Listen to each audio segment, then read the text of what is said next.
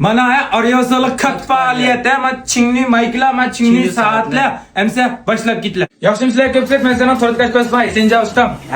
Ben Maral Vesgal çoğun kılıp kimsek dükkünden birini açtım. Miş ayağıldım bir taldan asınlar miş kullandık saatıldım.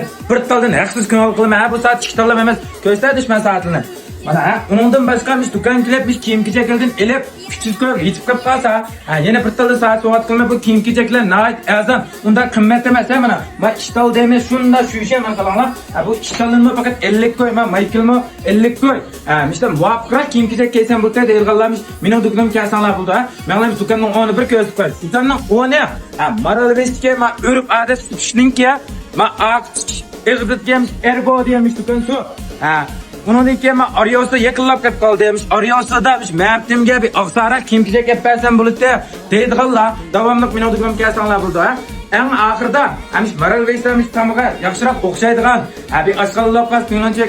Eytek kuyonlarmış Maral Veys. Minagin hatta yaş balılar ayaki tutan balı olap kasan bir kürüşüp tamak eşip fikir almak tutsak buldu. Bunun ki aşpezlik kılma.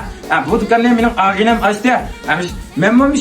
Küçük durup kiyim kiyeceklemiş, ağinem sepirdemiş, kiyim kiyeceklemiş, ağinem sepirden kiyim kiyecekler. Hemimiz ortadan çıkan kiyimimlemiş, ağinem temelip durdu. Nait yok sesim başka yerden kiyim kiyecek lazım bulup kalsam ve 5 numarın piyonu çok kaydırıp koyuna şunu cağalap disan nait muhabbet kalet sepirdu. Yekene bekler, ben miş ağinem şu, ağinem bir türbeli onlar bana. Özüm nait şu kilişken bala bana. Dükkanın içim nait yok şey bana. Şunda asla şu sen kiyim kiyecekler var. Mağlimse kollaştın güllaş gelip depke mandara faaliyetine eskinin kığını memuk ama ağinem benim yüzümde de bir tal ayak atan bir taldan saat kılgın bulup kettim bana. Mehmet'imlik tasını soğuk kılamızda hemen arıyorsa da saat soğuk kılamızda yaki bir yürüyüş kim soğuk kılsanım erziydi o demeye var kılacaklar Mehmet'imlik.